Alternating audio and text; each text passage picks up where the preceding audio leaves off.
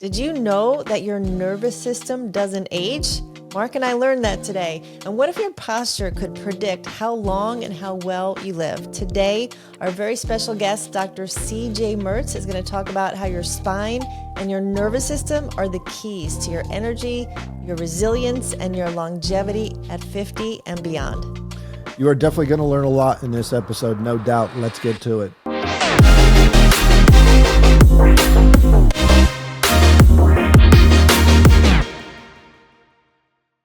Dr. CJ, welcome to the show. Thank you for taking time with your busy schedule. We have a really great show for everybody today. We're going to deep dive into living longer, living better.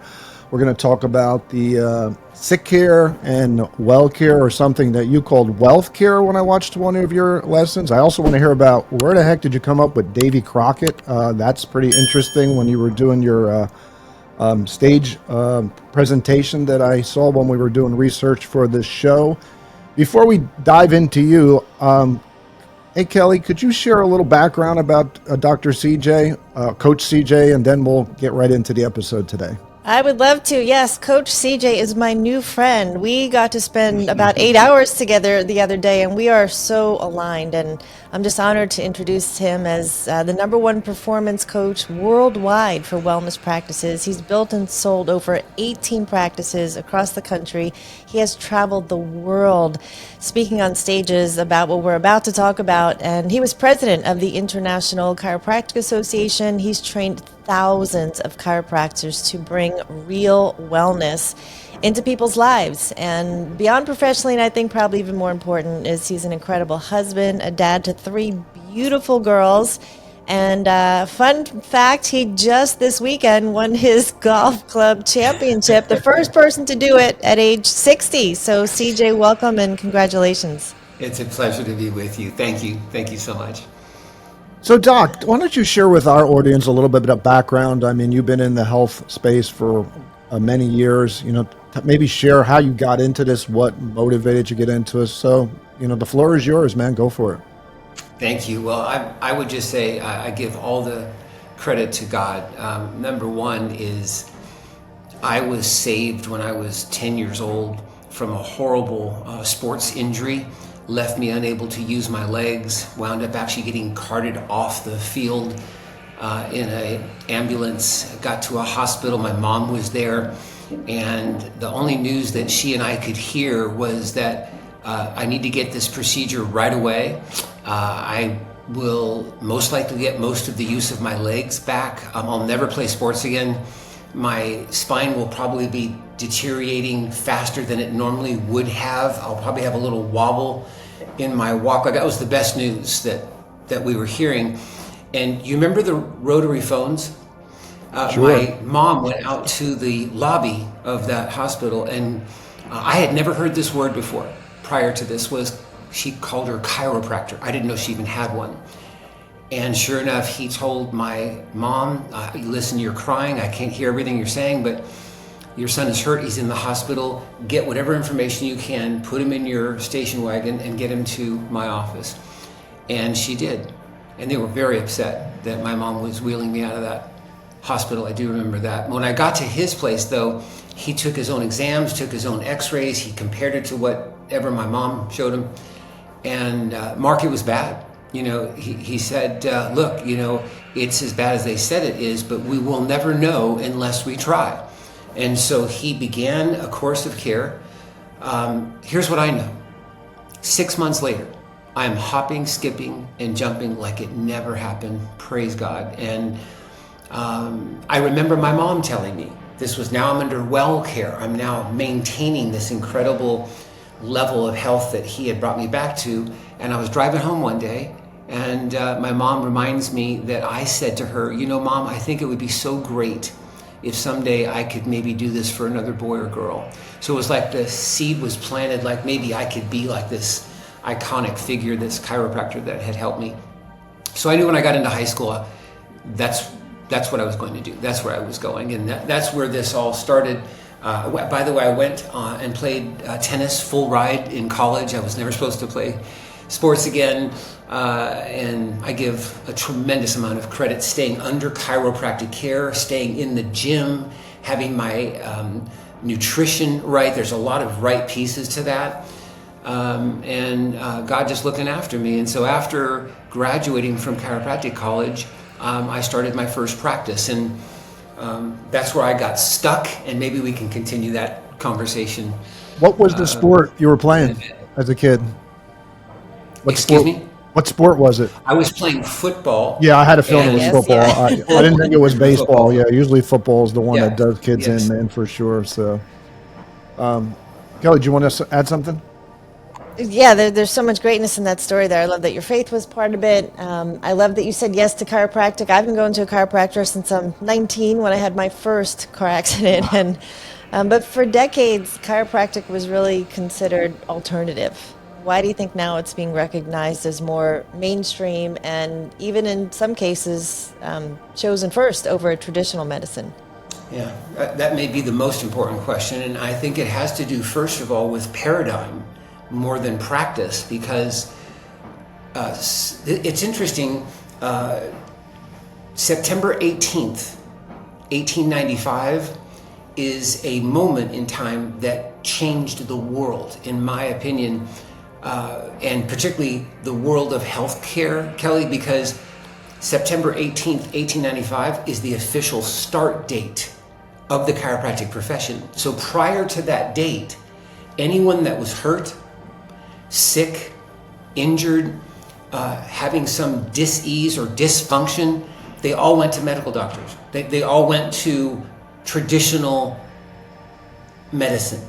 And there wasn't any other choice. And so when chiropractic came into being, it wasn't just simply another practice, it was a different philosophy, it was a different paradigm.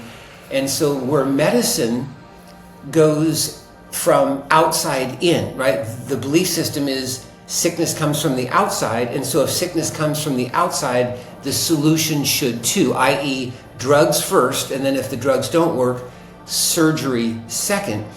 So prior to chiropractic, there was a law in place called the law of addition and subtraction.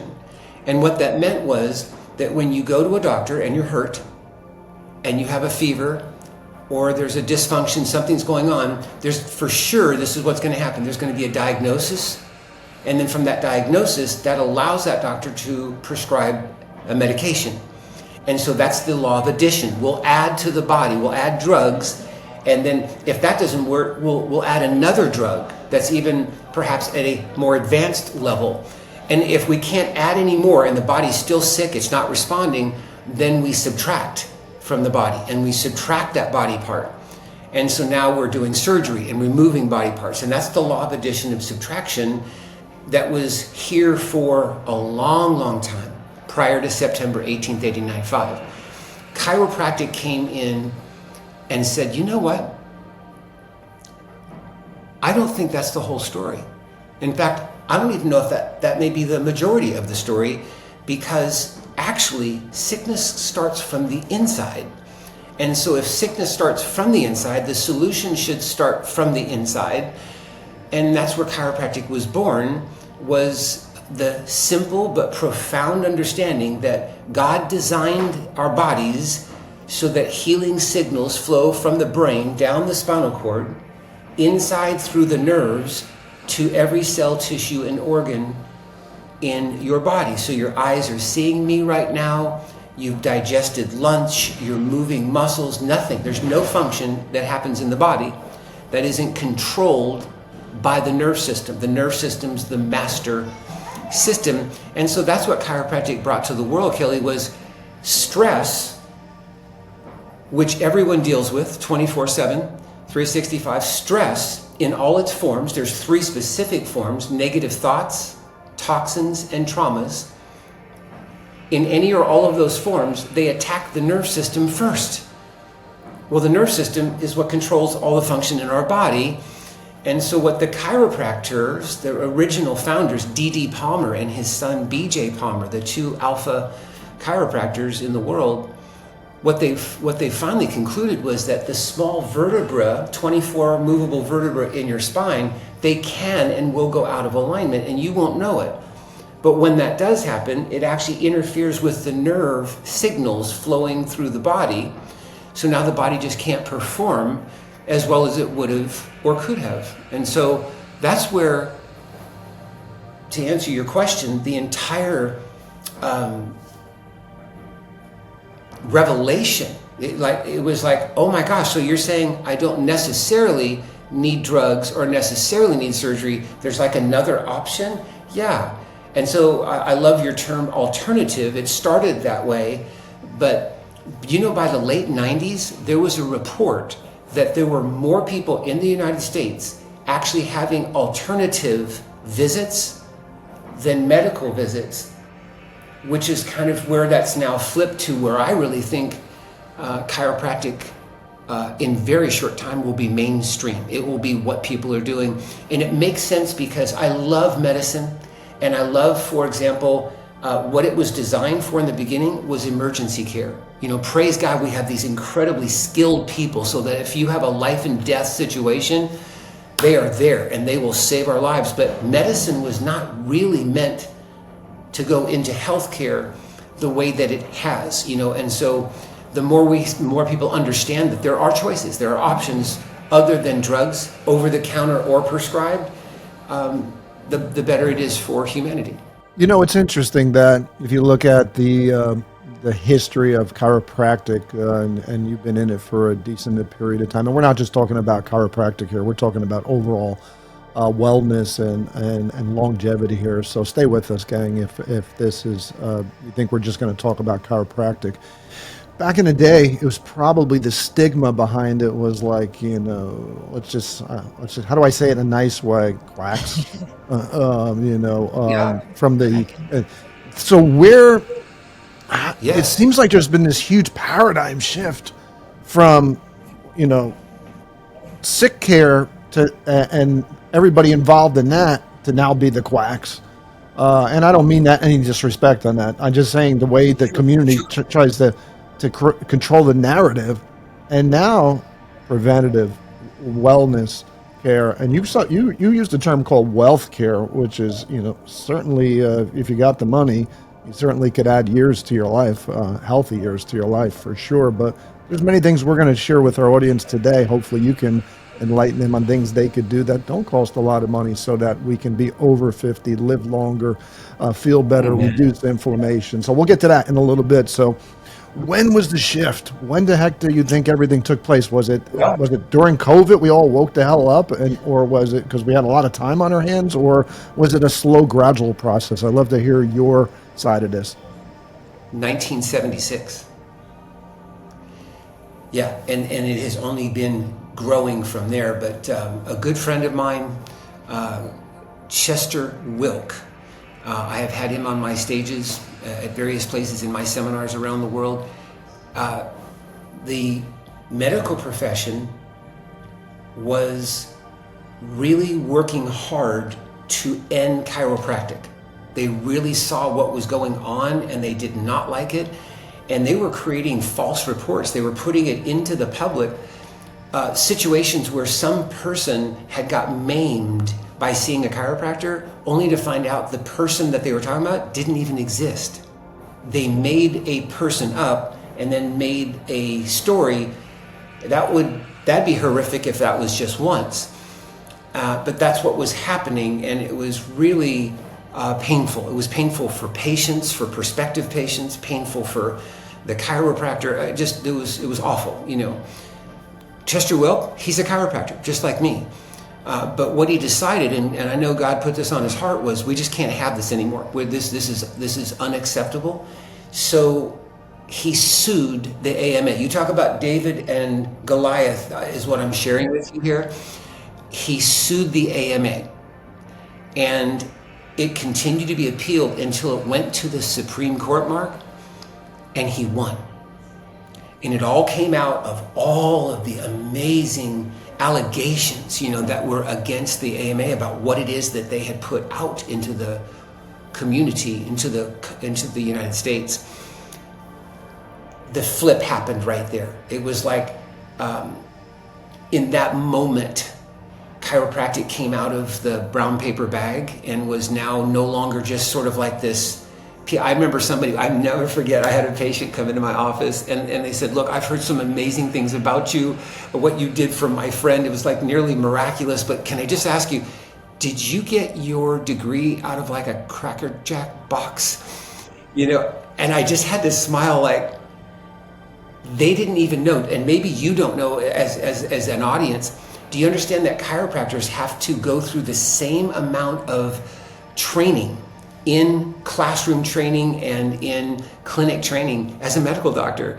4,400 hours, like when you really start to see what a medical doctor and a chiropractor do, you go, oh my gosh, it's the same, except they just go to drugs and surgery. They're going to bioengineering, neurology and adjusting and physical therapy and so forth. So yeah, I would say 1976, number one. Number two, what also happened in 1976 was a gentleman named Dwight Stones, and I don't know if you quite remember him, but during the Olympics, he won the gold medal in the Fosbury flop high jump, and he broke a world record and did all of that, and he was being interviewed afterwards, and he said, yeah, I just need everyone to know that my secret weapon is my chiropractor. I would not have been able to do this without him. And all of a sudden, people are like, what did he just say? And like, what would he have done? Chiropractic entered the Olympics, Mark. And then after every 4 years, when you started hearing who was actually using chiropractic, and then you found out between 1980 and the year 2000, every NFL team, the NBA, the Major League Baseball, hockey, it was kind of like this secret handshake. Everybody didn't know it, but every team, if they really wanted to compete, they made sure that their players were at the highest level of performance, not just pain. It wasn't just pain relief, and I think that's what people think chiropractic is. That's the lowest rung on the totem pole. It is about potential. How do you actually reach your highest potential? And that's by having 100% nerve supply back in your body. So all of the athletes realized it and were doing it. And so to answer your question, how cool would that be to think that the same thing Wilt Chamberlain, and the same thing Michael Jordan and the same thing Tom Brady, is getting, that you could get it and you could afford to get it? That's pretty cool. It's very cool. So the shift from sick care to well care, I know you spoke about that on stage. Maybe you could give us your views on where you think everything is at now and what you think is, based on your intuition. What's coming down the pike here? Well, it's not intuition per se. I mean, it's a great question, Mark. And I would just say people are starting to understand now the nerve system is king. And when I was growing up, and I'm not saying that blood work isn't important. That's not what I'm saying. That's like all we knew, was that you would just go get a blood test, and then the blood test would tell you, are you healthy or are you not healthy? But when you start to realize the nerve system actually controls the circulatory system, you start to recognize, wow, this nerve system is really something I need to know more about, and how can I be healthier, with it? And Mark, the answer to your question is the nerve system only carries or perceives, only about 10% of the nerve system carries or perceives pain. So you could actually have a nerve system that's been interfered for weeks, months, maybe even years, but you didn't know it because it wasn't firing off pain. Like if you had, headaches and back pain and you had radiating pain, like those are real signals that are telling you your nerve system needs to be looked at. But if you're just sort of fatigued, and you're not really digesting as well as you should, maybe your menstrual cycle is off just a little bit, but there's a lot of things that are just not going your way. But the last thing you'd think about is that it has something to do with your nerve system, and specifically with your spine behind you. Your spine, Mark, is like the circuit breaker box at your house. Literally. Like if you go to a house that's really well done and you open up the circuit breaker box, you know how they're all demarcated, like this is to the master bedroom and this is the kitchen, and so forth, right? Our designer made us that way. So when you actually look at the spine and you go from the top vertebra, which is called cervical 1 or C1, all the way to the bottom, which is L5 or lumbar 5 and the sacrum underneath, all the nerves coming out, there are demarcated eyes, ears, nose, throat, and as you go down, liver, spleen, gallbladder, like this is what innervates all of your body. If you knew that, you'd be going back to the circuit breaker and you'd know, well, that's a key part of getting this person well. Not the whole story, but it's a big part of the story. Was that circuit breaker off and they didn't know it? The chiropractor's been trained to understand if one of those vertebrae is out of alignment. That term is called subluxation. That will be a household word soon. Subluxation, like cholesterol. Everyone knows about cholesterol. That's like secondhand, right? Subluxation is something we should be talking about, like cholesterol. That's the misalignment of one or more vertebrae that causes that interference. So sickness, into well care, what that comes down to is a lifestyle. And that starts with a belief system, right? So if I believe and understand that my nerve system controls everything, that's number one. Number two, stress impacts that nerve system on a regular basis. I should have a plan.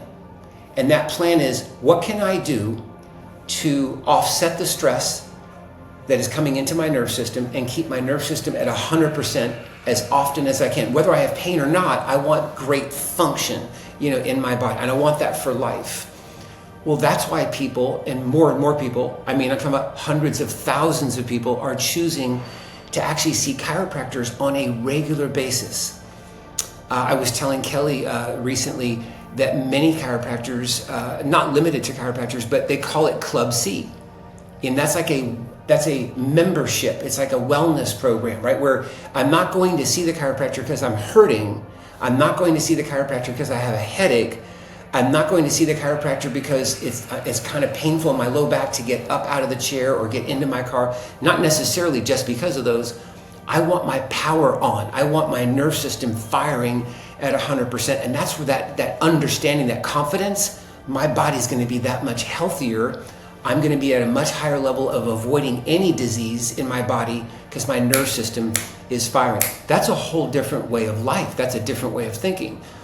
Now, I love to work with any wellness practitioners or lifestyle or longevity practitioners that really institute as well fitness, so that your body, to me, there's a big difference, Mark, between being fit and being healthy. And so the goal is to be both.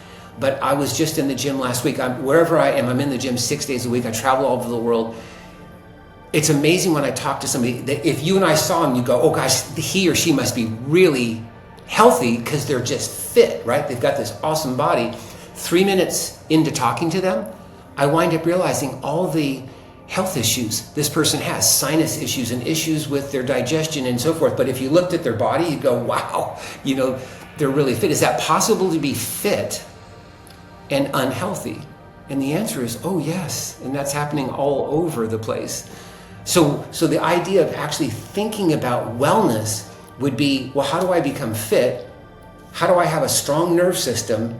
And then how do I eat and hydrate in a way that really adds strength to my body, right? Because my body needs to use those resources so my nerve system can communicate properly, muscles can be strong, bones can be strong, and so forth and so on. What we eat is incredible. But I'm going to tell you right now, there are people that eat very well, that their nerve system hasn't been checked in a long time. And I would say, again, they're on the way to being healthy, but no, I can tell in 2 minutes where their issues are, and they actually eat well, their nerve system isn't firing. So I hope I'm answering the question in the way that you were hoping, is that it's an integrated solution. And if you're not checking your nerve system, in my opinion, I don't know how you could be healthy. It's connected to everything. I'm sitting up a little taller on today's show. I don't know about you, Mark.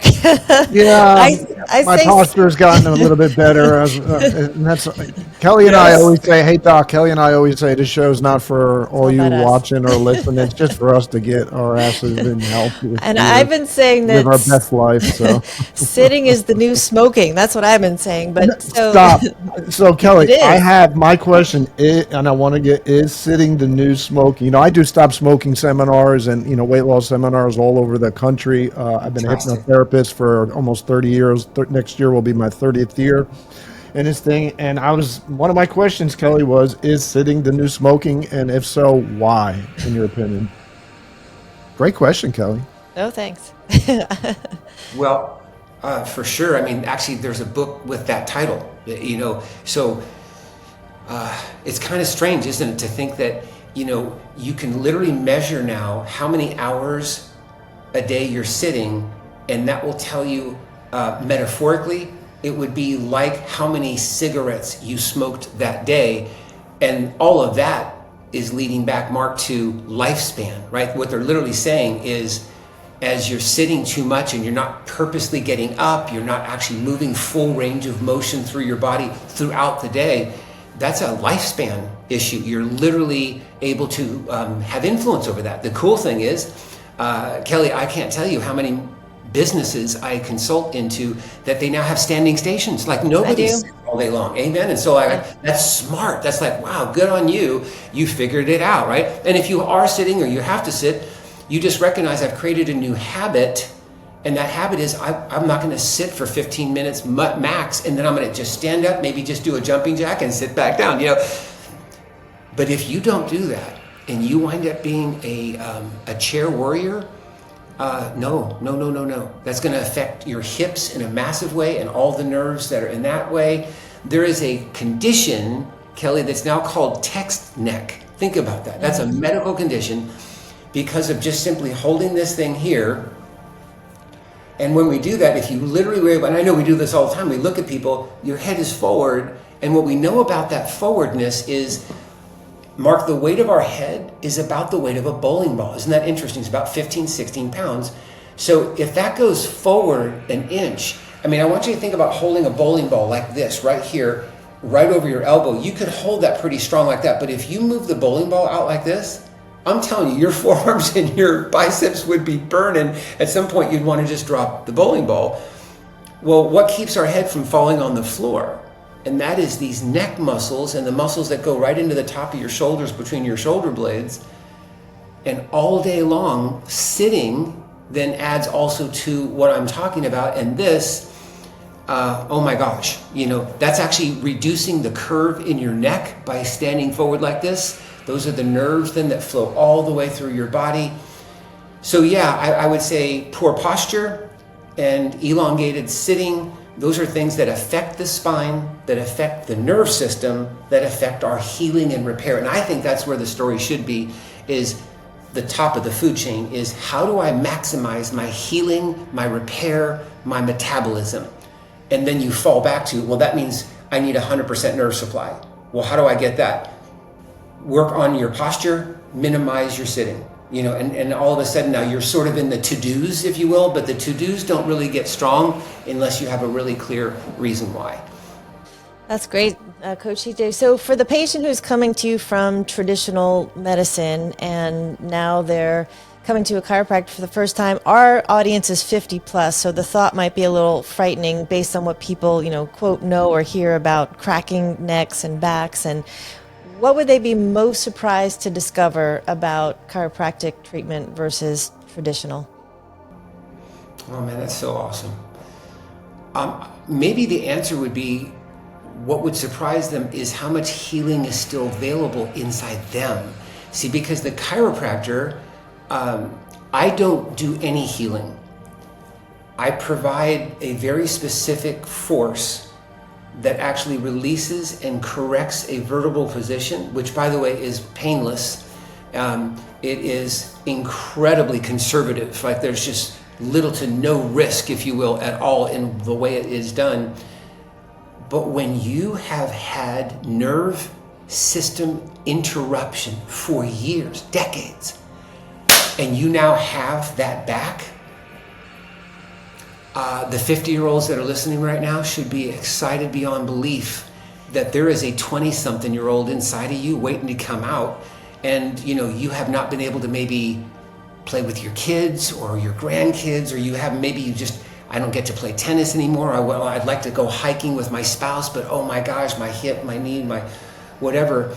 It's amazing to see those all correct. And all of a sudden you feel like you're hopping, skipping, and jumping like a 25-year-old again. That's what I would be telling the 50-plus-year-olds is, your nerve system, if you will, doesn't age, but it does get interrupted. And so if you don't have that nerve flow flowing through you, you'll just have old muscles and old hormones, and just pain and joint issues and all of that. I wouldn't consider a fear at all to see a chiropractor whatsoever. I do appreciate you using the word crack. The correct word for that is audible. So there may be a sound.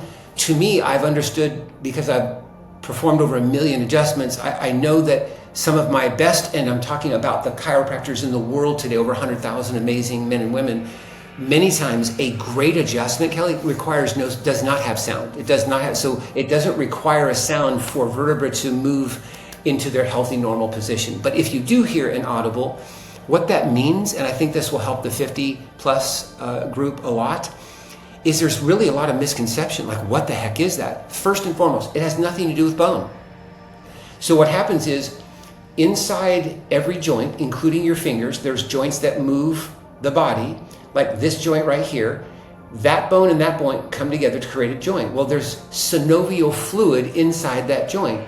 That fluid, when it gets stressed, the fluid turns into gas pockets, Kelly.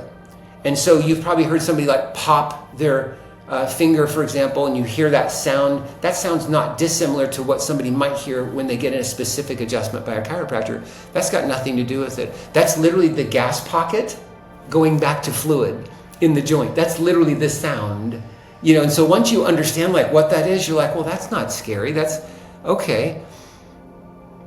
So sometimes it's just something as simple as that would help someone go, I had never heard of that, right? Maybe I'll go get my spine checked. And I hope they do. So I got a really important question. You had mentioned in a video I was watching on YouTube that 1/3 of, I guess, Americans take antidepressants, SSRIs.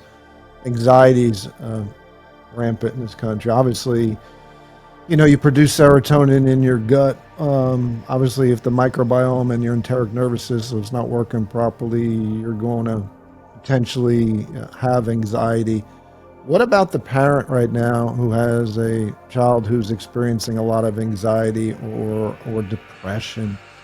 What are the benefits of chiropractic to possibly help with that and getting their life in order? That's where, I spend the most amount of my mental space, is where you're at right now, because when you think about autistic children and you're talking about children that have ADHD, learning disabilities, like I can't even begin to tell you what chiropractic is doing for that generation of children right now.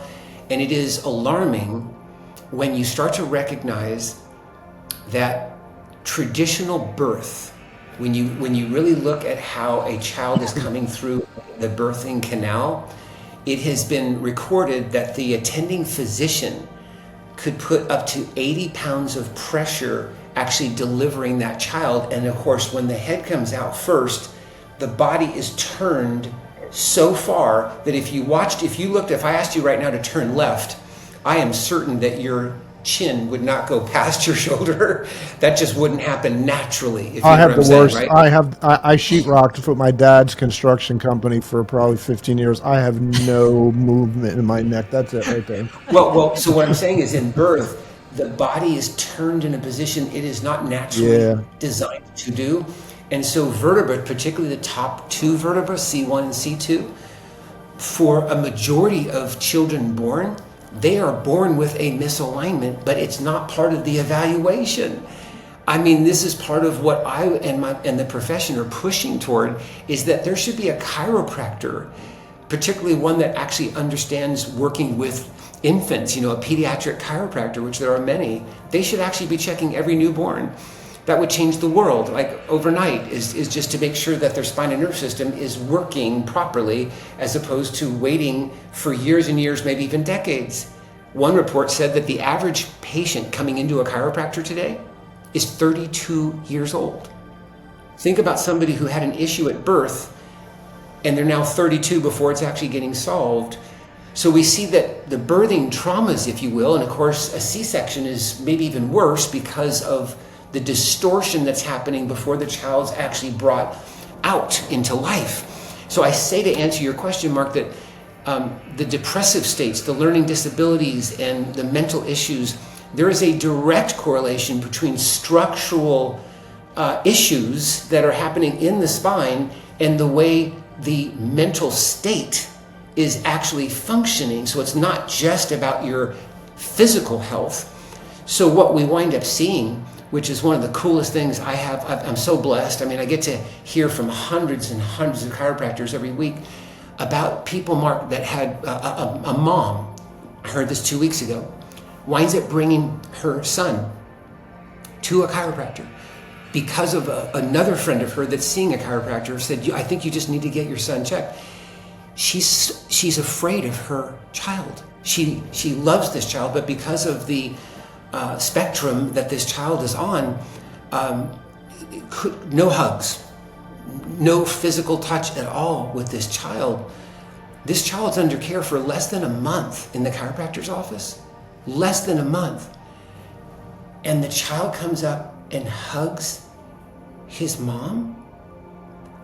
I don't even know what you could put a price to that. The mom thought she would never experience that. There's a softness, there's a human coming into life in this patient. The nerve system is now open and possibly helping this child work back through whatever it is that they've had. Do you know where that's happening across this country and around the world? Autistic children, children with learning disabilities. So yes, I will tell you that the top two vertebrae in particular are very connected to those issues. And they should be. If there's any person listening to me right now that has a child or a grandchild that might be going through some of that, I'm not saying stop what you're doing. I'm saying please go to a chiropractor that understands what's called upper cervical, that would actually be able to check and evaluate that carefully.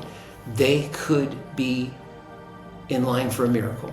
That's worth the price of admission today right there, man. If you could take that burden and reduce it for your family, children, grandchildren, that is priceless for sure. Kelly?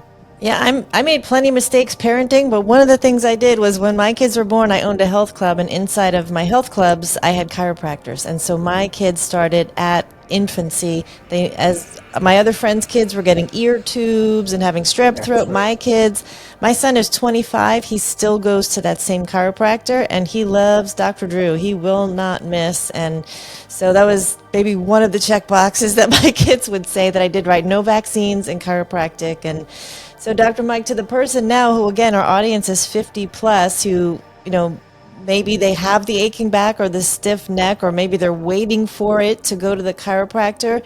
When they come into an office, I know one of the things you do is look at an x-ray of their bones. Let's talk about bones for a minute and what someone can expect when they come into an office. I want to put also a plug in for my good friend, Dr. Jeff Gladden. He wrote the book, 100 is the New 30. And we got a couple of those floating around here. Mine's in the other room. I got one of those sucker. Great book, fantastic book. So, if you're listening right now, make sure you have a dictionary next to you when you're reading that book, because he doesn't hold anything back. He did not write that at a second grade or sixth grade level. Like you're going to get the real story, and so stay with it. It's not going to be one of those things you get through it in a couple of days. I'm telling you, read that book. And he's working on a course that goes with the book, so that'll be out soon. Thank you. For even deeper understanding. Yeah. So I just want to say that so that you can get what I'm about to say. You and I do not move toward wellness; we work back to it. And that's why when you think of 100 is new 30, what we really want to be like, Kelly and myself and Mark, we want to be like we were when we were 20. It was like I was invincible, right? And so the question's constantly, how do I get back there? And getting back to there is the key. It's not, wellness is not in front of you, it's getting back to it. So how do you get back to it? Well, one way to do that is to make sure that you're getting the evaluations. Kelly just talked about bones, so I'm going to start there. But do you realize, Kelly, 8 out of 10 people that I meet just on the street, traveling all over the world, wherever I am, 8 out of 10 people have never seen their bones on an x-ray. But if you ask the same people, have they had their cholesterol checked? Have you ever had your blood pressure checked? Have you had your pulse checked? It's almost like, of course I have. Hasn't everybody, right? Did you actually get your eyes examined? Oh, sure. Hasn't everybody? And I could just keep going down the line and you go, So everyone's had this checked. Everyone's had that checked. Everyone's had that. Oh, yeah. Your nerve system controls your whole body. It has to run through the spine. That's how the designer made it. There's no other way. For anybody, that's 8 billion people on planet Earth. The brain has to send its information down the spinal cord, which just happens to run through the 24 vertebra in your spine. And you've not seen your spine. I'm shocked. I like, what? And that may be also part of the chiropractic profession's fault too. And I want to put a responsibility, right, so that the world gets, like before there was dentistry, Kelly, like what was going on with people's teeth. And then at some point on planet Earth, people went, oh, you should brush your teeth? Yes. Oh, you should brush your teeth in the morning and maybe and you should floss. And all of a sudden there was like, well, do you brush your teeth? Of course I do, right? Do you go to a dentist and have your teeth cleaned, 2-3 times a year? Of course I do. But you've never seen your bones on an x-ray. Unless they were broken. I mean, that's pretty interesting. Now that you think about that, that perspective is pretty interesting. That nobody really digs into the bones unless they're broken. Dentistry went, okay, you should be brushing your teeth and you should be flossing, not because you have a cavity. It's like, that's how you keep your teeth and your gums healthy for life. Amen? So that's how it goes. The spine is no different. I mean, it's like, I remember somebody saying, if the spine was on your face, you'd take better care of it. Kind of a strange way to put that out, but it's behind us, so we don't. There's got to be flossing for your spine. And you've got to know that it actually does move out of alignment during the week and during the month. You got to know that. And then what that does is it actually puts a little rust on the spine. Think about it like this, Kelly. If you had a board right now, like a 2x4, and you had a bent nail, and I bet you and I have done that before, right? Where there's a bent nail in the board. What happens when you tap a bent nail? Like you're trying to get the nail into the board, but it's a bent nail. What happens to the nail when you bend it? It bends more. It bends when you tap it, right? Yeah. Well, guess what the tapping is, Mark? Gravity. Yeah. Gravity is tapping on us every day. And if your spine's out of alignment, we are the nail that's actually getting compressed. And what's really getting compressed is your nerve system. And now we're right back to where we were before. So back to your question, Kelly, about getting your spine checked. It has to be in gravity, right? So in other words, you don't want to go someplace where you lay down and get your x-rays. That may be a medical setting. And again, I'm not judging that. What I'm saying is they're not looking for alignment. They're just looking for, do you have a fracture or do you have a tumor? And so it's just laying down. No. We never want non-weight bearing x-ray. We want x-rays when you're standing in front of a device, right, a digital x-ray machine, and immediately, within seconds, these films come out, Mark, and then the doctor will carefully look at that day. The next visit, for example, you're going to get even lines, marked lines, so you can see what's normal, what's abnormal. You don't have to be a radiologist as a patient to be able to look at, here's what a healthy spine looks like, here's what an unhealthy spine looks like. And as soon as you see, oh, that's what it's supposed to look like, then you could go back to that patient's history and you'd say, oh, so you've been in 2 car accidents and you fell off that horse and you used to play soccer and you fell, all of a sudden you're starting to learn the stories of, well, okay, there's the negative thoughts, toxins, and traumas, and here's all of those things, those stresses that have left your spine and nerve system in the exact position it is, and then the patient can get a course of care. Now they're in a plan, which is, well, how do we get it back? We get back to wellness, right? We don't move toward wellness. We go back to alignment. And so I would just encourage anybody today that 50 and over, if you've never had your spine evaluated that way, I'm not even saying get care. I'm just saying go get checked. Just like a blood pressure, like just go get your spine checked and see it on x-ray. And it doesn't lie. And you should be looking not only front to back, but Kelly, you probably also know from the side, we should have beautiful flowing curves, normal, healthy curves. And your head should be over your shoulder, shoulders over your hips, hips over your feet. So now we're talking about not just looking at your bones, it's actually looking at posture. So many, not all, but many chiropractors have beautiful grids in their office where they're able to take photos of you from the front, you from the side, and now you're able to see what your posture actually looks like. And then you can see pre and post as you're going through your care. Oh my gosh, look what's happening with my posture. And then you could also look even deeper to a pre and post x-ray and be able to see, look at that. Those circuit breakers, they're lined up. And when they're lined up, that means your power is on, right? The nerve power inside your body. That means your healing and your repair is at all-time levels. That gives a lot of hope to a lot of people that have been struggling with dysfunction for years, to be able to think that you could be digesting again, that like your sinuses can actually be healed, and other things that people have been dealing with for years and years and years. This is the hope. The thing I always loved after getting a chiropractic adjustment, if you'd never had one, is the ability to breathe for the first time afterward. It is amazing. So what are some of the other things we can do to slow down the aging process as we are here? I mean, you're 60, so you just had a incredible golf win. Is that what happened? Or what was the story with that? Sure, if you could share that story really quick, and then maybe you could I will. teach us It's a some great stuff question. that we can apply. Obviously, getting the spine in line, getting that checked. Let's get some practical stuff for somebody right now who's maybe not feeling 100%. Simple things we could apply to the life. Mm-hmm.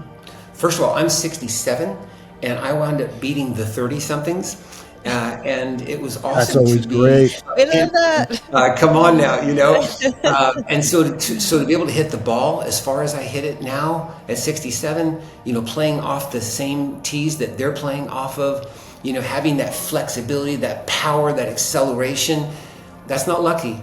That is the result of a lifestyle, and chiropractic's part of that, right? But being in the gym, by the way, to answer further your question, Mark, stretching, I'm going to put that at the top of the list because life is motion.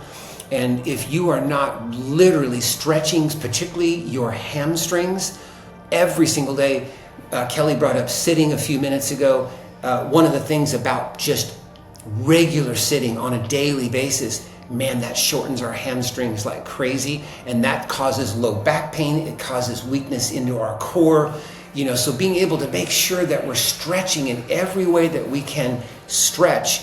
There should be 15 minutes every day just dedicated to how is your body's flexibility, right? So flexibility is massive. But if you're trying to be flexible, Mark, but you're doing it off a bent frame, or you're actually more disciplined right now and you're actually lifting weights, which is good. We need resistance and the body wants you to do that, right? So whether that's free weights or you're actually in a gym and you're using machines, that's awesome. But just remember, if you're doing these movements with a bent spine, that's the hammer on that spine. So yes, that resistance is good, and you'll actually see changes, in muscle mass. But what are you building around the spine, and are you making that potentially worse? That's an issue that many people are in right now. So you want to get aligned, then you want to get strong, and then you want to have motion. And if you have those three things, you are literally reversing your age. You are looking at physiological age. I'm 67, but I'm hopping and skipping like a 30-year-old right now. And I feel that. I feel the energy all day long, but that's not lucky. I mean, if you were to kind of just follow me for a week and just see like, well, what do I do? You go, okay. Now, I happen to be a vegetarian. I'm not saying that everyone should be. I know what the advantages of that is. I know what happens to my energy. It's off the charts. So for me, how you eat is also a very big part of just whether you're eating meat or not. Like, how do you do that? Like, how are you eating? What are you putting into So your let's body? let's talk about what you Okay. eat. So you're a vegetarian. What are the good stuff you put in? What's some of the crap you put in, or no crap Yeah. at all? How restrictive are you at 67, or are you a party animal here? I would say I'm very disciplined, right? And so I'm going to have fun no matter who I'm with, but I'm very disciplined because I see the result, and so it's just worth that, right? I would have everyone here that's listening, 50 plus, is have you had your pH tested? Because I need you to know that an alkaline state, Mark, of your body, an alkaline state, do you realize scientifically it's almost impossible for a disease to exist in an alkaline body? So if you actually study like what the diseases are that are primarily affecting Americans like crazy, it's happening in an acidic state. So if you look at the pH scale, the pH scale is very impacted by what you're drinking or not and what you're eating or not, right? And so to me, everyone on this podcast, like maybe just shortly after this podcast, here's what I would encourage. In fact, I'd challenge you to do this, is just go to Google and ask for a list of all the foods that are acidic in nature. And then it just pops out this list, and you could look at that going, I eat this all the time. I eat this, and then ask Google, what are the foods that are alkaline in nature? And it pops out this long list. And you can just naturally look at it going, oh, I'm definitely eating more acidic foods than I am alkaline foods. To answer your question, Mark, that to me is really high level, right? Is just to look at that. And again, you can use your own intuition. Like you don't necessarily have to go to a doctor. You could just look at that and go, I need more of this and I need less of that. And then you start looking at things like alcohol and soda and other things, salt, that are just what you want to do is every once in a while, but like if that's actually a regular thing, check in. That has a lot to do with your goals though, right? I mean, for me, I go back to Jeff Gladden's 100 is the new 30. I want to be that grandpa, at 87 that's just rocking it. I would like to think that I've got this wonderful friend at my club. He's 85 years old, and he consistently, I'm talking about golf now, he shoots better than his age. And he often is breaking 80, score of an 80 at 85. Like, he's my new hero. And if you actually saw his lifestyle, very similar to mine, you'd go, wow, that's so cool to meet somebody who's like 88, 89, but they're walking around on planet Earth like they're 35 or 40. Truly, literally. So I know you guys are very committed to learning things like blue zones, right? Like the 7 or 8 blue zones that are in planet Earth. These are people hopping, skipping, and jumping. They're 100 years old. Their minds are sharp like this. They walk up hills. There's so many incredible things that they're doing. But it's got to be a lifestyle, and how you eat, whether you are a vegetarian or not, look at your alkaline state. And then make sure that what you're doing is hydrating your body on a very regular basis. I know those are simple fundamentals, but you know what? I see those missed more often than that. So you and I could start talking about electrolytes, and you and I could start talking about protein versus carbohydrate ratios, and that's interesting, but that's not really valuable for somebody who's missed all the fundamentals anyhow, right? It's like you got to get the fundamentals right, and if you don't have your alkaline situation set up, and if you're not hydrated, I heard a report just in this last month. The average person in America, Mark, is in phase 1 of dehydration every day. It's almost like we wait until we're thirsty, and then we drink, when in fact, we should just have one of these. And the research says that we should be taking kind of a shot glass every half hour, right? A shot glass of water. I'm not drinking because I'm thirsty. I'm actually doing something as part of my lifestyle, right? So every half hour, I'm just taking up my bottle. Now, if there's some electrolytes in it, if there's something else in that water, but yes, Kelly, I know you, girl. I know you got it. But if you don't have that habit, coffee, sorry, it doesn't matter, right? So Yeah, Frederick Tequila? Alexander, No, I'm just back kidding. It's in the not 18th tequila. century. It's Think about probably this. This is what he said. Frederick Alexander said, "We don't decide our futures. We decide our habits, and our habits decide our futures." That's good. Wow. well You know, said. I'm all about what Alexander shared with the world. So, yeah, let's get our spines checked.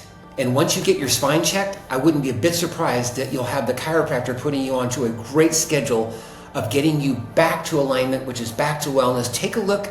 I would encourage you to journal, even if it's just for 3 days. And you could even go backwards. You don't have to start forwards. I would put a journal out after you hear Kelly and Mark today and just go, what have I literally eaten in the last sort of 3 to 7 days?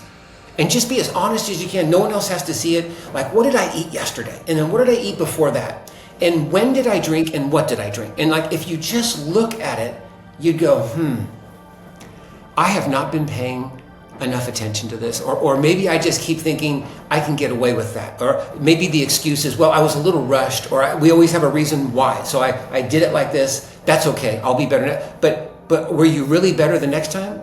And maybe you weren't. So habits, good habits, are as hard to break as bad habits. And that's what I would encourage our audience today is you don't have to overwhelm yourself. Don't do that. Don't change everything. Change one thing.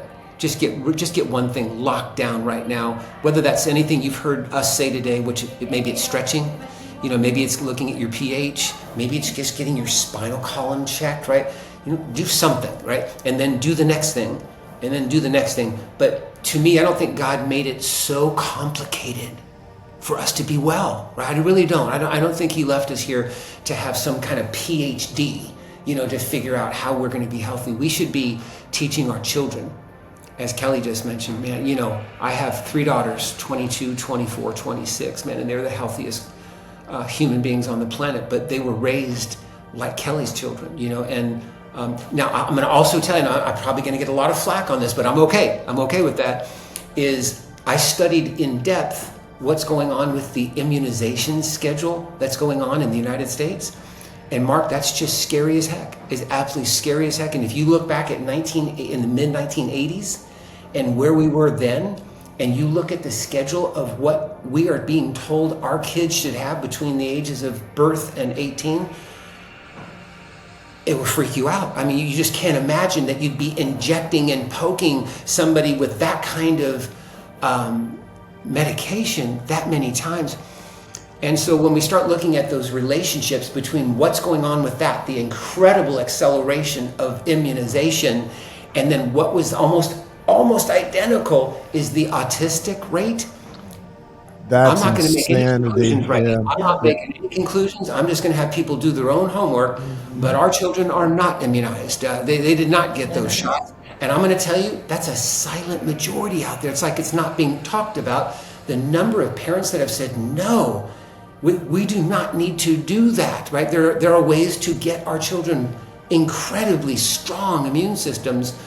So I'm also encouraging the 50-plus-year-olds just to look at that to say, well, what might you encourage your children to do with their children and so forth? Like, how do we create even that better next generation? Well, I have 2 daughters.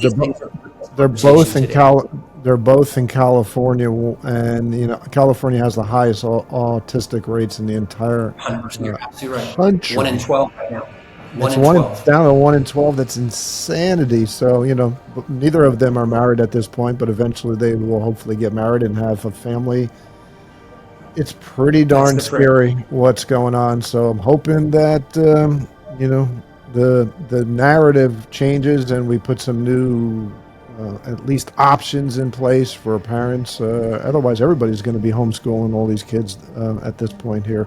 Thankfully, in Texas, my kids didn't have to get immunizations because I would fill out exemption forms every year, and I'd get like 10 copies for each child because they were good for 1 year. And one went to camp, and one went to school, and wherever they went, they took this with them. And thankfully, Texas was. You and my wife Andrea, and you were just from. Okay, so let me just do a quick review here. So one of the first things to do is stretch. Even if you can't exercise and you're not feeling well, stretch, which is something I've definitely incorporated recently here. What about like a hanging for stretching out the vertebrae or an inversion? So Yes, how sir. powerful are they if you can't get to a Oh my chiropractor, gosh. let's say? Yeah. And so really when you think about it, if gravity is just working one way all the time, right? The term that you're referring to there, Mark, is decompression, right? So we're Decompression. literally living in compression, right? Not our fault. It's just the reality of the situation. Decompression, that should be something that you're doing not because you have pain or not because you have a thin disc or, those would be obvious reasons to do it. It would be, again, a lifestyle. So many people today have an inversion bed at home. Like you can buy these things for a few $100s.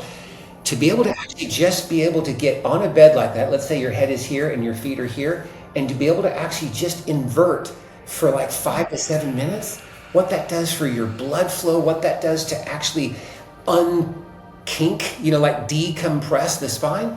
Today they also have them because some people have issues, Mark, with their ankles, the way that they get locked in that way. There are now chairs that invert. So it's literally almost like having a seatbelt around your hips. So you can go upside down, not all the way up, just, your head is below your hips and you're getting the exact kind of decompression, incredible circulatory benefits from that. Now what's cool about that, you don't have to necessarily go to a doctor for that. You could use that as a home therapy. Some actually have them in their offices now. Really smart, really, really smart. Yeah. The pH test, what is the pH test, the name of that pH test? Or is it just called the pH test? CDS, you could just go and Yeah, get have the it on tab. your tongue, and you'll Okay. actually wind up actually having kind of a card, if you will, and it will show you different colors, right? And it will Okay. show you based on, So, now look at that, and you match it to the card, and you'll go, wow, I'm either 6.9 or I'm 7.2, and wow, there we go. It's showing I am heading either in the alkaline direction, which is yay, great job, or I'm more acidic. That is, you don't have to go to a doctor. You yeah, can just go to CVS and get a I don't pH think test. people realize when you're in an acidic state, you're more prone to diseases big Yeah. time. So what are the top three? By the way, that's one of the reasons why I'm a vegetarian. So if you Yeah. actually do the research, like the vegetarians have the least amount of any of that on planet Earth. Those were just some of the choices that I made early on, right? So I've been a vegetarian for over It's 40 years. interesting. It's interesting that the closest I've come to vegetarian is pescatarian, which I did it mainly to reduce inflammation in my body because I've had through. Awesome. Another great reason to do. Yes, sir. Yeah. Now I tend to add a little bit more meat in for sure. But it's interesting when you think about it. Brian Johnson, the Blueprint dude, vegetarian. Dr. David Sinclair, the longevity, I guess you can call him doctor, also big proponent of being a vegetarian, and for the main reasons it is a longevity effect to the body. So there certainly is a lot to that. What's the top three foods or vices that people put in their body that make them acidic, and then what are the top three things they could add to their life right now that can make them more alkaline? Yeah, so red meat Damn. is acidic. Yeah, I know. So you have to look at what is it that I'm putting into my body that would have benefit. So I'm not strictly saying, okay, that is just a negative. It's just to your point. If you actually looked at people that just chose to not eat red meat anymore, and they're eating, let's say, fish, chicken and fish, but they've taken the red meat out of it, if you look at what's happening to that human being, there is a difference. A good friend of mine, it was one of my early mentors, Tony Robbins, who you, I'm sure, have heard of. Tony and I trained intensely in the 80s together. And Tony has these events now where you can actually get a blood test and you can actually just see it on a screen, if you will. And then he'll show you by eating vegetarian, and they're actually eating salads that have really great protein options in them, whether it's tempeh or tofu or bean or legume, nut, seed, whatever it may be, in a 24 to 48 hour period of time, and then get your blood tested again. And you actually look at the cells before and after. It's what you start to realize is the magnificence of the human being if you just give it a chance. your body wants to be magnificent and healthy and fit and energized, right? But if what you're putting into it is like, that's just the best resource I'm going to give you right now, your body's still going to do the best it can with it. But that alkaline state, fruits and vegetables, by the way, is the alkaline state. That's where the more you can see vegetables, dark greens are the jam, right? You want to become a dark green fanatic. And when you start to understand how you can then, my mom, which is amazing, my mom actually, I found out only later as like almost a teenager that my mom was a vegetarian, and giving my mom a lot of credit to kind of leading me in that direction.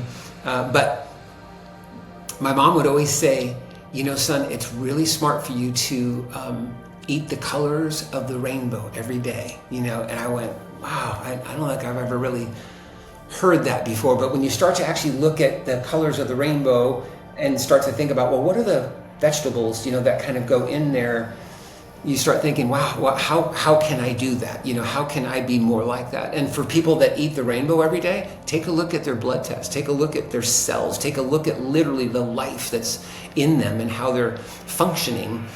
It's a beautiful thing. I would also say, and I would be remiss if I didn't say this, breathing techniques, big breathing techniques, proactively, like real big breathing and starting your day off with real great oxygenation, second to none. Like, it's amazing, because in the same way I said that the average person is in phase 1 of dehydration, most people today are hypoxic. And so and why is that? Remember we talked about the head being forward? When the head is forward, the lungs are actually compressed just enough. You wouldn't notice it, like it's not gross, right? It's just compressed just enough to where you're really not actually inhaling and exhaling the way God intended us to do that. And so that's one thing if that only happens for 5 minutes at a time. But if that's kind of the daily thing where you're not really breathing normal oxygenation, that means your cells are then not getting the oxygen that they need, right? And so when you think about hydration and oxygenation, those are two very big things that create well-being, right? And so, big breathing, I would do 10 of those in a row. Don't be surprised if you get a little lightheaded. If you get a little lightheaded, that's okay. That just tells you how hypoxic you've been. To put a smile on your face, wait a minute, you'll get your mind back and do it again. And then do 3 sets of that, and before you get on to your day. And what you're going to start noticing is, as you're doing that deep breathing and you don't have that lightness afterwards, that lightness of head, not dizziness, but just lightness, there's another smile going, oh, so I'm less and less hypoxic. Now I'm in that wellness state of breathing. And then I would just need to say that prayer and meditation are everything. God tells us to be anxious for nothing, and yet I see us anxious for everything all day long, And so when we can get to a point where we actually can walk in calmness, right? There's a calmness. We can be out there saving the world, right? We can have courage. We can take lots of action during the day, but there's just this peace that surpasses understanding. Like I'm walking in faith. I have peace. That's not lucky. Those are people that are investing in that, and I think that's important, a very important part of being. One of the things that, sorry to talk over you. One of the things about breathing is that it gets that vagus nerve going, which is really good for your anxiety in your body. So if you do the diaphragm breathing, and you mentioned Tony Robbins. I don't know if y'all remember, what was it? What was his Unlimited Power? Awaken the Giant Within. Yeah, he used to have that breathing technique. I remember his breathing where you breathe in. I think it was for like 6 seconds. Then you hold it for 12. And then you breathe out for. I forget the formula to that, but I remember that. Yeah, that was on his program. Breathe out twice as long as you breathed in. Right? So if it's stretch, 3 in, so we got so. Couple simple things, and I want to talk about water, because water is a very sensitive topic for me, because everybody gets it wrong today. So we got stretching, inversion, hanging from a bar at the gym. One of those back pull-ups or something like that would also be good. Get your pH tested. You can go to any Walgreens or CVS, and you could buy a pH test. make sure, see where you're at, you're alkaline or you're acidic. Then you mentioned about hydrating the body. Most waters today, what was the number, the study that came out? I think it was earlier this year or last year, 43% of all bottled waters either have PFASs in them, polyfluoral alkaline substances, not to mention Acidic. they all have fluoride in them, which is, fluoride calcifies your pineal gland. Plus, it's just terrible for the thyroid. What's your version of clean water? I mean, I use reverse osmosis. Filter That's top of the food system. chain right there. That's Maybe top you of the could food maybe you chain. could talk about how beneficial it is to get not just water, because bottled waters are bad, and most of these water systems and the amount of prescription drugs that are in them on top of that we don't even know about, which is probably why testosterone levels for males in this country are just nosediving. What the heck is your version of clean water? What should we be doing? Again, I just, rather than putting, too much fear into this conversation in that direction, I just want to have everyone know, 50 plus year olds, how important it is to be hydrated. Just know that. And quite frankly, no matter what source, like, I would rather have you hydrated in a less optimal source than not be hydrated, because actually not being hydrated is 10 times worse than drinking from a water source that may actually have some of the things you're talking about. So if you really think about it, dehydration, that's the enemy. So I'm not going to speak badly about hydration. Now, are there better ways to hydrate than others? Yeah, but let's get hydrated. And then as you're hydrating, reverse osmosis. Cool. Yeah, you just figured out maybe one of the keys to the kingdom right there is, okay, that's a clean way to get just H2O, without anything else. I just want H2O. But hydration, I'd rather actually stay focused on this conversation about, are you hydrating or are you not? If I took this at lunch and I just pounded the whole thing down, that is not hydration. Your body's just going to have that come right out of your body because we can't assimilate that much in one time. And so you are going still from states of dehydration into just overspill. And then in a matter of minutes later, I'm dehydrated again and I'm still living in a dehydrated state. So to me, Mark, I think the issue is really, is your lifestyle a dehydration lifestyle or a hydration lifestyle? Once you've chosen hydration, I'd like to all have them be like you, Mark. Well, before we did reverse osmosis, and those machines are a pain in the ass, to be honest with you. They're always breaking and I'm not kidding you. working properly. You can also just get a gallon of distilled water. You have no nutrients in the water, but you also have none of the chemicals in the water. Also, you can always add in some of your minerals, which I would say is the most common strategy today, just distilled water. And I love that because now we have a healthy water source, but still, if you have that source, but you're not drinking 4 ounces every half hour, you're missing the point, right? You're still not hydrated. Excellent. Hydration is an all-day thing.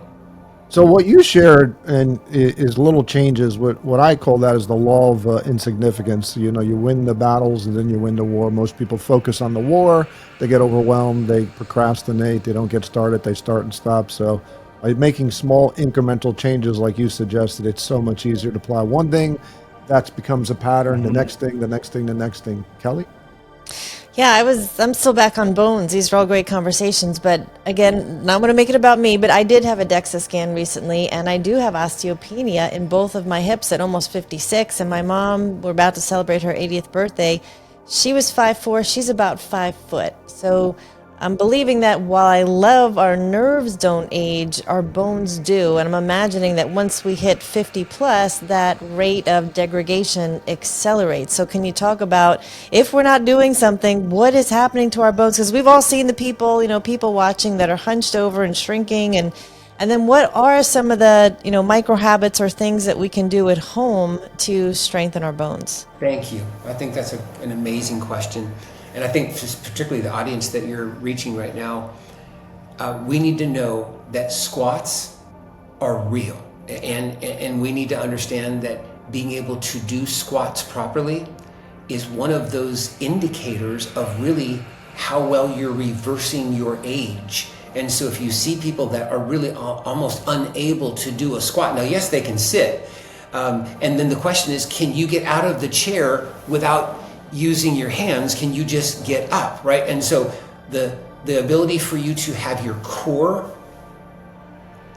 strengthened, for you to be able to do squats, Kelly, so that now I can actually bring my buttocks down to 90 degrees, with my knees, and that I'm also not looking down at the ground. I can actually be up squatting and up again all the way to full stance and then squatting again.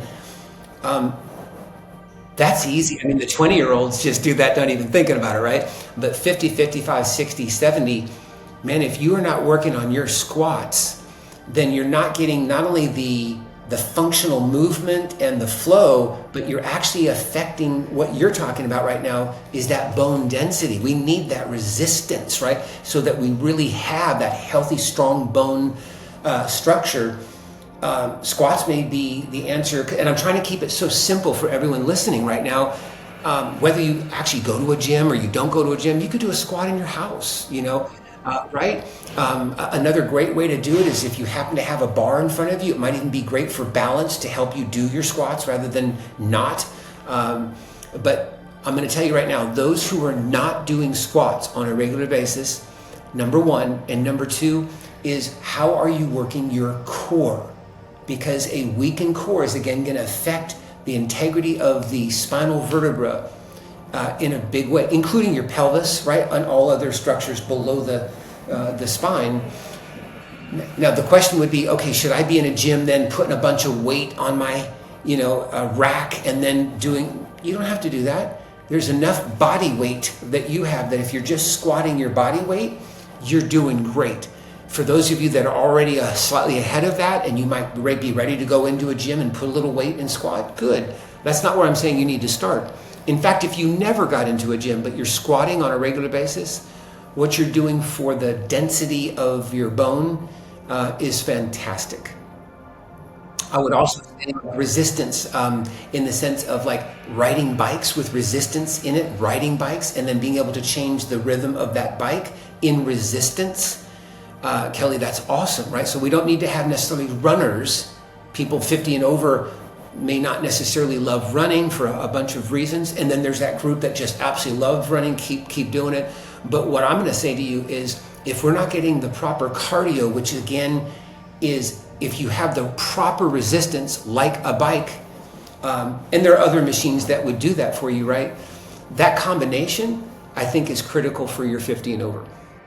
I love that. I did start walking with a weighted vest, and I am joining the OsteoStrong program, which is specific to building bone. And I also am taking a supplement. But you're right. If I didn't have that test, I wouldn't have known. But can you just touch on what's happening to the bones if we're not doing anything about them from the age 50 and beyond? How are they? It's really coming down to that we're losing calcium, within the bone structure. And so what that does is it just leaves the bone softer and weaker. And so that means that we don't even have to be in a car accident, Kelly. It's not like it has to be some major, impact, that we could just kind of walk off the curb improperly. All of a sudden there's just a little awkward, I picked up a box and I moved it this way. And all of a sudden now a vertebra might actually experience some compression, like the bone itself is actually changing shape.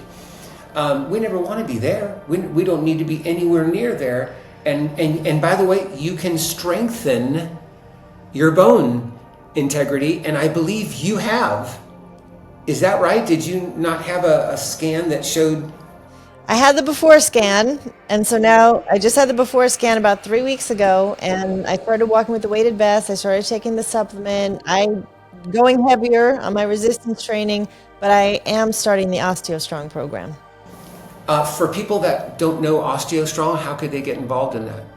Yeah, I mean, they can go to the website. It's actually one of Tony Robbins' companies, OsteoStrong. He's one of the investors in that company. They are all over the nation and growing. I'm going to the one in Irving, Texas, and it's a 10-minute workout, maybe 15 at the most, but they're working on, the pushing and the pulling and the squatting, like you're talking about, under resistance that's supervised, and then they do some balance work as well. It's state of the art. And it's really a lot of what we've been talking about today. So no, that's great. So you can improve the strength of your bones, and that would be about how you change your eating habits and how you change your resistance habits. And these are all just daily choices, right? So we can make these choices. We can fit them into a busy day. And you and I are two busy people. I know that. If we can do it, yeah. Well, Coach CJ, you've given us a master class on bones and the nervous system and so many practical things that we all can take. And we want people to remember this and get more of you. And while we'd love to have you on again, what's the place that people can find you and learn more about what you're doing? I would just say follow me at cjmertz.com, and I have a subscription program that will be coming out soon. I have told my team I'm committed to adding more value to what I'm doing in my social media. I was very good at that at one point. I'm going to return to that. So just follow me at CJ Mertz. Excellent. Well, we want to congratulate you again on your big win at the country club. Keep going. And thank you for reminding all of us that resilience does not need to be lost with age. We appreciate you. Yeah, I love and appreciate you. Thank you for having me on. And thank you, everybody, for listening. And I truly believe that your health can and will improve. You just got to make that decision to do it. Absolutely. Thank you.